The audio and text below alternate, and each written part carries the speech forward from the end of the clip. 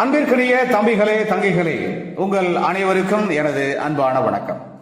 ஒவ்வொரு திருக்குறளின் மேன்மையான கருத்துக்களை இவ்வுலகெங்கும் வாழுகின்ற மாணவ மாணவியராகிய தாங்கள் அனைவரும் தெளிவாகவும் சிறப்பாகவும் அறிந்து உணர்ந்து உன்னதமான மேன்மையான ஒவ்வொரு திருக்குறளையும் அதில் சொல்லப்பட்டுள்ள உன்னதமான உயர்வான கருத்துக்களையும் நீங்கள் உங்களது தேர்வுகள் எழுதுவதற்கும் அதே சமயத்திலே அந்த மாண்புமிக்க மேன்மை தாங்கிய கருத்துக்களை கொண்டு உங்களுடைய வாழ்க்கை பயணத்தை, வாழ்க்கை பாதையை செம்மையாகவும் அன்புடனும் அறத்துடனும் மற்றும் ஆக சிறந்த அனைத்து விதமான திருக்குறளில் சொல்லப்பட்டுள்ள பண்பு நலன்கள் உடனும் அமைத்துக் கொள்ள உதவுவதே இந்த கருத்தாக்கத்தினுடைய நோக்கமாகும்.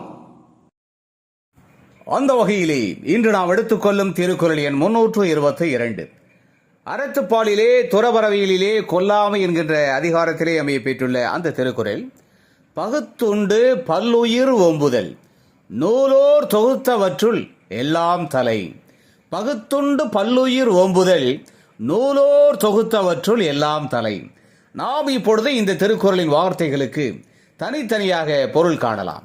பகுத்துண்டு பல்லுயிர் ஓம்புதல் என்றால் தமக்கு கிடைத்த உணவை தான் பகிர்ந்துண்டு பிற உயிர்களை கொல்லாமல் வாழ்ந்து வாழ வைப்பது என்பது.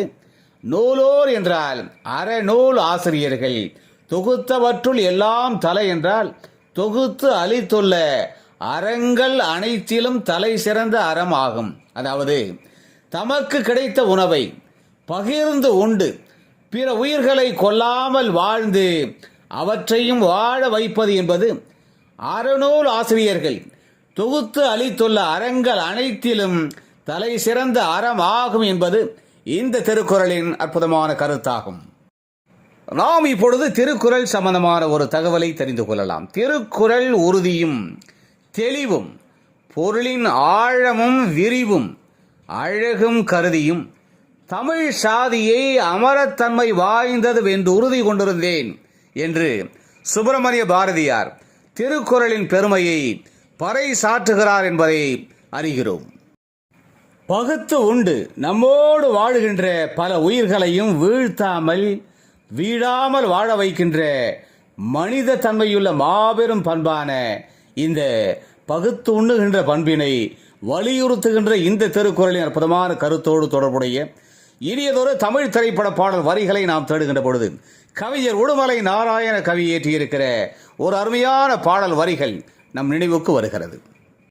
தனக்கு கிடைத்த சிறு உணவினை, தனக்கு அளவுக்கு அதிகமான பசி இருந்த போதிலும் கூட தானே தனித்து உண்ணாமல், உண்ண நினைக்காமல், தனக்கு பக்கத்திலே பசியுடன் நின்று கொண்டிருக்கின்ற, பகிர்ந்து உண்ண வேண்டும் என்கின்ற அற பண்பினை இந்த உலகில் உள்ள அனைத்து உயிரினங்களுக்கும் ஆசானாக இருந்து பாடம் நடத்தி கொண்டிருக்கின்ற காக்கை கூட்டத்தினரை அருகிலே அழைத்து அந்த காக்கைகளுக்கும் பகிர்ந்து கொடுத்து உண்ணுகின்ற அறப்பண்பினை தனது அகத்திலே கொண்டிருக்கின்ற நாயகன் ஒருவர் பாடுவதாக அமைக்கப்பட்ட அந்த பாடல் வரிகளிலே அந்த நாயகன் கூறுவார், தமக்கு கிடைத்த உணவு சிறு உணவாக இருந்தாலும் கூட அருகிலே இருக்கின்ற மற்ற உயிரினங்களோடு பகிர்ந்து உண்டு வாழ வேண்டும் என்கின்ற அருமையான அறக்கருத்தினை, அனுபவ பொருளினை மற்ற உயிரினங்களும் உணர்ந்து கொள்ளுமாறு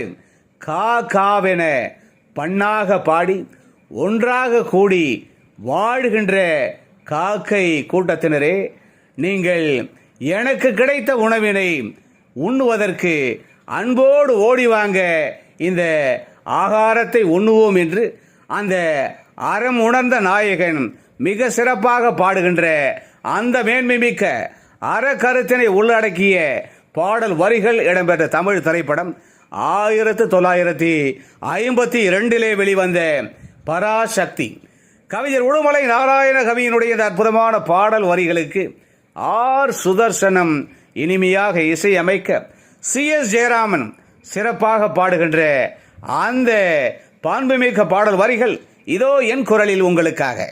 ஆகாரம் உன்னை எல்லோரும் ஒன்றாக அன்போடு ஓடி வாங்க, ஆகாரம் உன்னை எல்லோரும் ஒன்றாக அன்போடு ஓடி வாங்க என்ற அனுபவ பொருள் விளங்க, அந்த அனுபவ பொருள் விளங்க, காக்கை அண்ணாவே நீங்க அழகான வாயால் பண்ணாக பாடுறீங்க, காக்காவென ஒன்னாக கூடுறீங்க, வாங்க கா கா கா கா கா கா.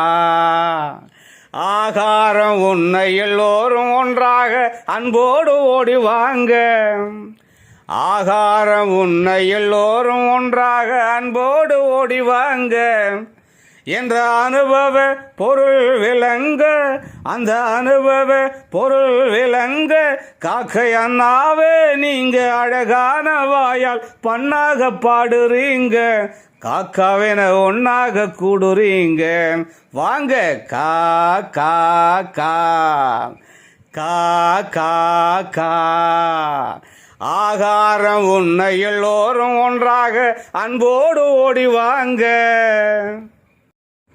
எனவே அன்பு தம்பிகளே தங்கிகளே, நமக்கு கிடைத்த உணவினை பகிர்ந்து உண்டு பிற உயிரினங்களை கொல்லாமல் வாழ்ந்து அந்த உயிரினங்களையும் வாழ வைப்பது என்பது அறநூல் ஆசிரியர்கள் நமக்கு தொகுத்து அளித்துள்ள அறங்கள் அனைத்திலும் தலை சிறந்த அறமாகும் என்கிற கொல்லாமை என்ற அதிகாரத்திலே அமைய பெற்றுள்ள இந்த திருக்குறளின் அற்புதமான கருத்தினை தெளிவாக அறிந்து உணர்ந்து நாம் நமக்கு கிடைத்த உணவினை நம்மோடு இருக்கின்ற பிற உயிரினங்களோடு பகிர்ந்து உண்டு அவற்றையும் வாழ வைத்து நாமும் வாழ்ந்து சிறப்பினையும் புகழினையும் பெறுவோம்.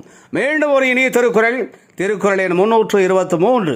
அந்த திருக்குறளின் பொருளோடு தொடர்புடைய இனியதொரு தமிழ் திரைப்பட பாடல் வரிகள், திருக்குறள் சம்பந்தமான சில தகவல்கள் ஆகியவற்றோடு நாம் விரைவிலே மீண்டும் சந்திக்கலாம். அதுவரை அன்பு வணக்கம் கூறி விடை பெற்றுக் கொள்வது உங்களுடைய அன்பு அண்ணா முனைவர் கா. சிவசங்கர். மீண்டும் சந்திப்போம். நன்றி, வணக்கம்.